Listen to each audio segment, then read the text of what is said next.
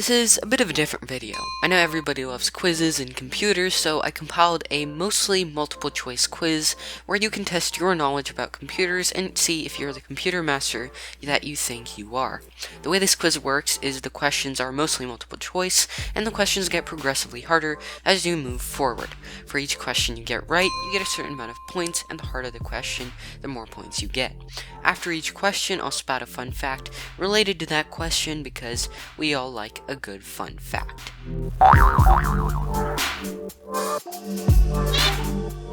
Jumping right into question 1, do you know what web browser you are currently using?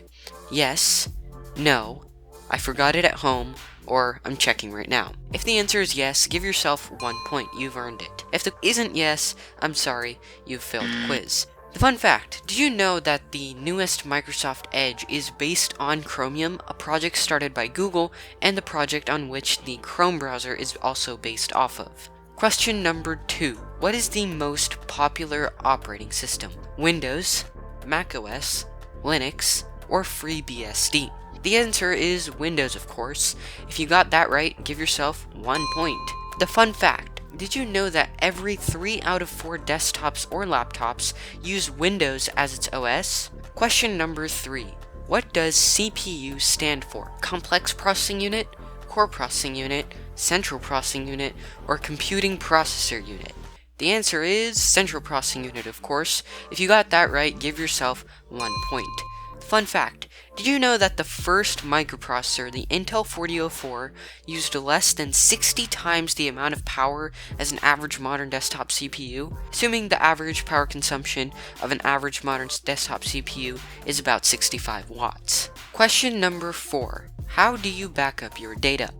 To a local external drive, to an offsite location, to an external drive and an offsite location, or you don't back up your data. If you don't back up your data, subtract 2 points. If you back it up to a local external drive or an offsite location, give yourself 1 point. If you back it up to an external drive and an offsite location, give yourself 2 points. The fun fact, did you know that hard drive data recovery can cost hundreds of dollars? Question number 5. Do you know how much RAM you have in your computer? If you do, give yourself 1 point. And if you don't, subtract 1. Fun fact, did you know that DRAM isn't the only memory in your system? Your CPU has a cache, your GPU has VRAM, your motherboard has a CMOS battery, and even SSDs use a type of non-volatile RAM like NAND flash. Question number 6, and now things are going to start to ramp up a little bit. What element is a CPU mostly made of? Beryllium, silicon, selenium, or silicone? If you answered silicon, give yourself 3 points. Fun fact, did you know that nearly 30% of the Earth's crust is made of silicon? So that makes it the second most abundant element in the Earth's crust, right after oxygen. Question number 7. What does the P stand for at the end of a resolution? For example, the P in 1080p or 1440p. Here are your choices: pixels, progressive, plane, or resolution. If you answered D, subtract 2 points because resolution doesn't even start with a P. But if you got progressive, add 3 points. Fun fact, did you know that most linear channels, so your cable TV channels, broadcast in 1080i, the I meaning interlaced? So unlike progressive scan, where each row of pixels in a frame are rendered in sequence, interlaced only renders every other row in a frame to decrease the bandwidth needed to broadcast these signals. Question number 8. In a Linux-based operating system with bash, what is the command to get new updates? Sudo apt-get update, sudo update space -now, or sudo upgrade? If you answered sudo apt-get update, pat yourself on the back because you just got 3 points. Fun fact, did you know that Linux itself isn't an operating system? Linux is just a kernel, the central part of the operating system that directly communicates with the hardware. Question number 9. What operating system is macOS based on? Linux, Unix, MS-DOS, or NetBeans? If you answered NetBeans, subtract 1 point because that's a development environment for Java. However, if you answered Unix, you get 3 points. Fun fact, did you know that the Linux kernel is based on Unix as well? AT&T must be so proud. Question number 10. What does DNS stand for? Domain Name Service, Direct Name Service, direct name system or domain name system. If you answered domain name system, give yourself 2 points. Fun fact, did you know that there are over a whopping, wait for it, 100 million registered domains all over the world? Question number 11. What is the default port for the HTTPS protocol? Port 83, port 80, port 443, or port 540? If you got port 443, you get 3 points. Nice job. Fun fact, did you know that ports 1 through 1023 are the well-known ports and are used for typical TCP/IP apps? Question number 12. Have you ever built a computer or upgraded a laptop?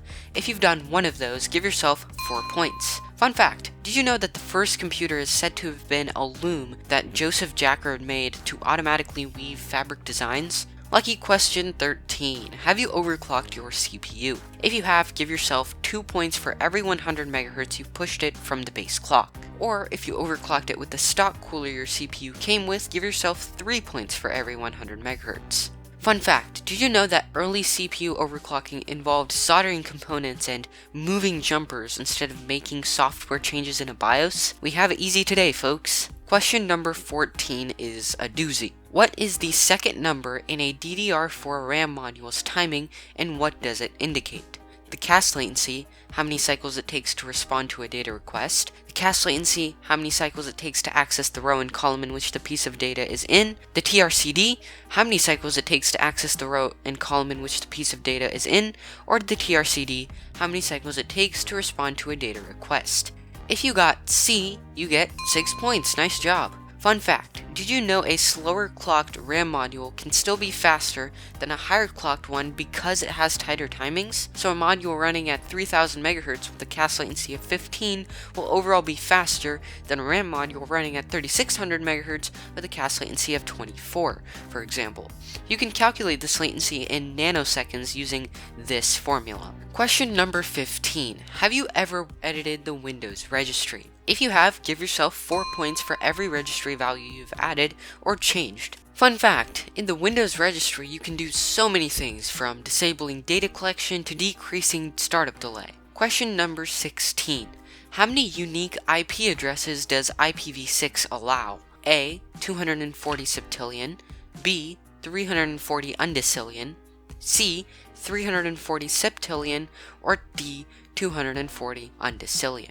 If you answered B, you are correct and you can give yourself 8 points. Nice job. Fun fact, did you know that IPv4's 32-bit address only allowed for about 4 billion unique addresses?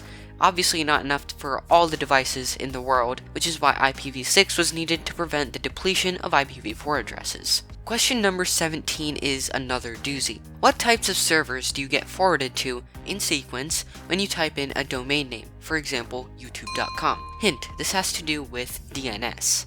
A. Your computer to a recursive name server, to a root name server, to a top-level domain server, to an authoritative name server. B. Your computer to a root name server, to a recursive name server, to an authoritative name server, to a top-level domain server. Or C. Your computer to an authoritative name server, to a top-level domain server, to a root name server, to a recursive name server. To make it easier for you if you aren't familiar with this, I'll stick with 3 choices. If you answered A, give yourself 10 points because that's impressive. Fun fact, did you know that hackers who want to redirect someone to a malicious website might do something called DNS redirection, meaning they somehow, we won't get into how, make your DNS request resolve incorrectly, which will reroute you to a malicious website. To prevent attacks like these, make a robust router password, install an antivirus, use a VPN if you can, and make sure your security method is WPA. And also, make sure you're not using the DNS that your ISP provides. Change it to Google's public DNS or Cloudflare, which I've heard is pretty good. Question number 18. Have you ever updated your computer's BIOS? Meaning you've got the file on a USB drive and flashed it and everything. If you have, give yourself 8 points. Fun fact, the way the BIOS used to be was that it supported drive partitions of up to only 2 terabytes. While that sounds like a lot, there are hard drives on the market today that have up to 18 terabytes of capacity. So then they created UEFI, which is a whole nother topic. Now in these last 3 questions, we're really going to see the hardcore PCMR among you, or maybe just know a lot about technology. Anyway, question number 19.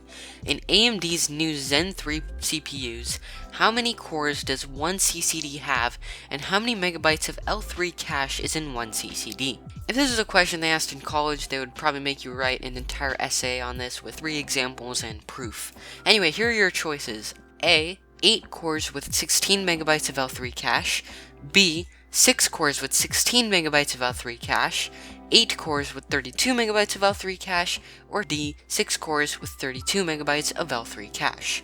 If you answered C, give yourself 10 points. Fun fact, did you know that Intel criticized AMD's multiple chiplet die design? They said that the Zen-based EPYC processor, codenamed Naples, had 4 glued together dies. They certainly aren't glued together, but they are connected by the infinity fabric, a whole nother topic. Anyway, continuing this excruciatingly long fact, this multiple CCD design does have its drawbacks, like relying on the RAM to be fast, since half the RAM speed is what the infinity fabric will effectively operate at. Okay, for the final question, number 20, what does flops mean?